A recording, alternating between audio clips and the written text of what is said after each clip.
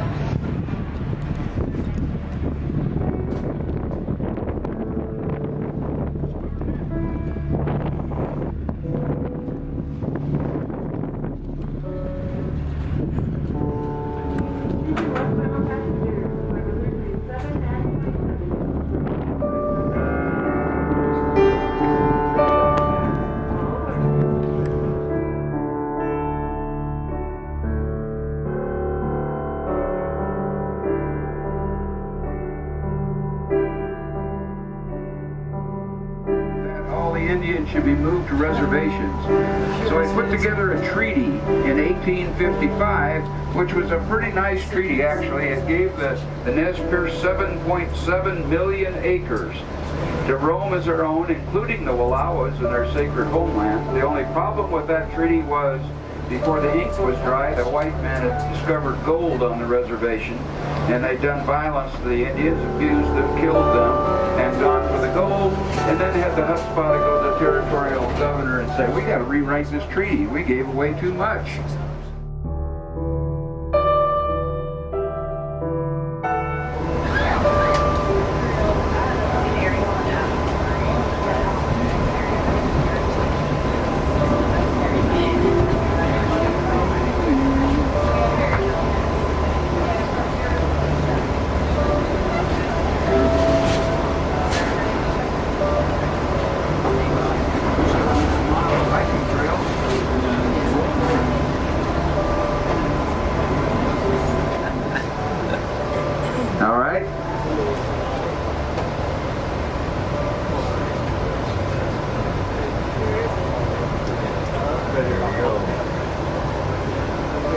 Flaps are down, and we're about to take off. Here we go, flying over Cutbank Creek.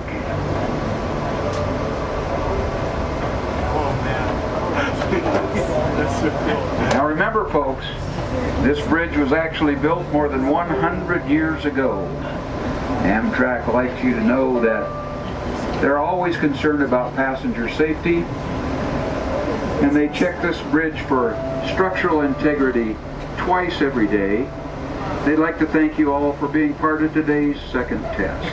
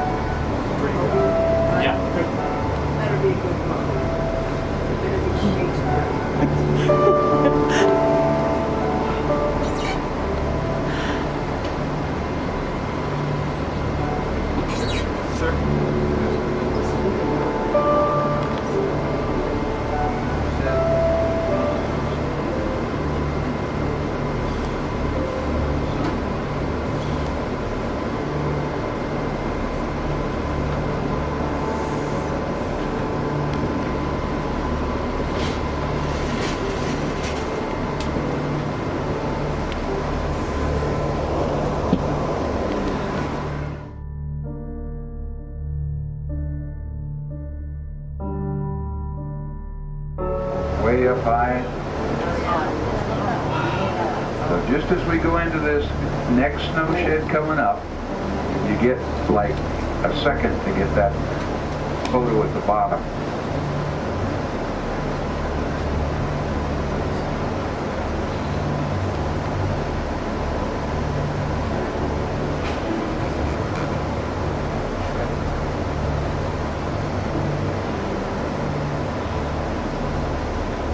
Okay, here it comes. Get that shutter release finger warmed up.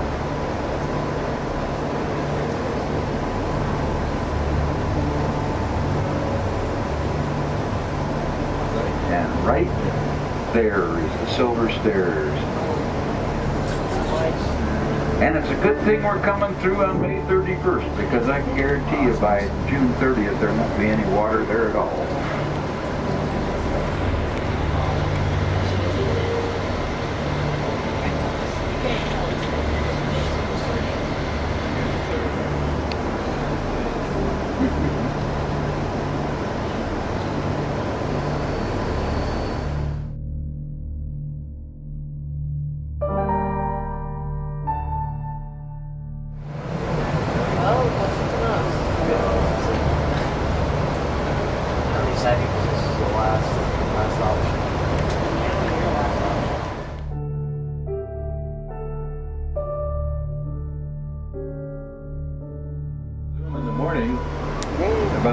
7:15 and visit it with you.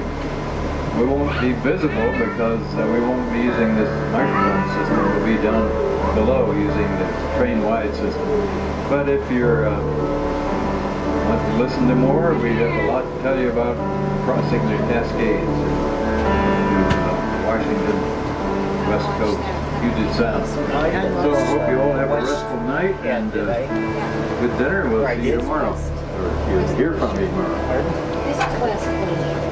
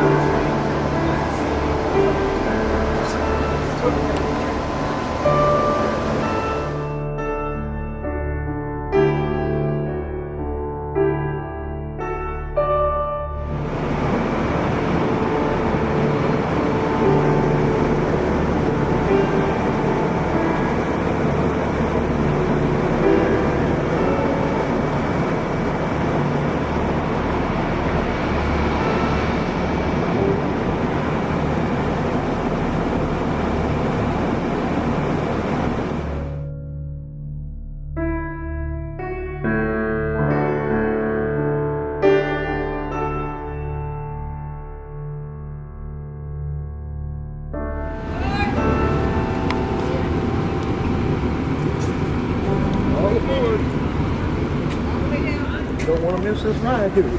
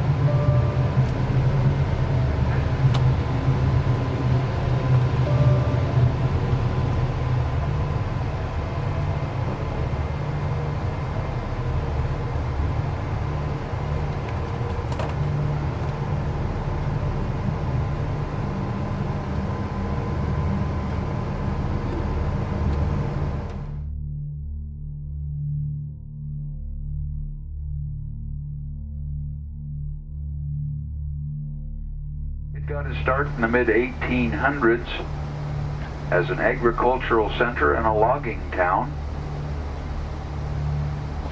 When Snohomish County was founded in 1861, they found that there were 44 non-native males living in this county, which we've been traveling in ever since we came down from the mountains at Bering, and will remain in Snohomish County all the way to our station stop at Edmonds. 2 years later, the first women and children reached Snohomish County, and they did a census last year, and they found that there were 772,000 residents in Snohomish County, which indicated an average annual growth rate of some 5,000 people per year every year for the last 155 years.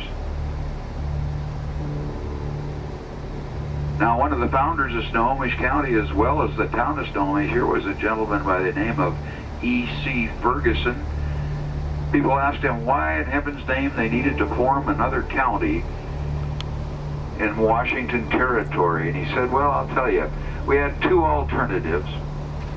First of all, we have too many politicians, so we could either form a new county or else kill off some of the politicians. So they took the less drastic of the alternatives.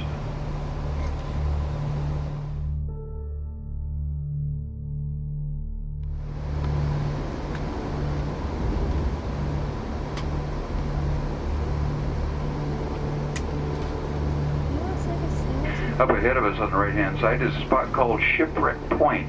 You'll see an old sailing ship pulled up here. Sometimes we see eagles perched on that mast on the rear of the ship. Take a look as we go by and see if they're up there this morning. Looks like there's some sort of a bird up there. It may not be an eagle this morning, though. Yes, it is. There's an eagle perched on the back of this boat. Right up on the top.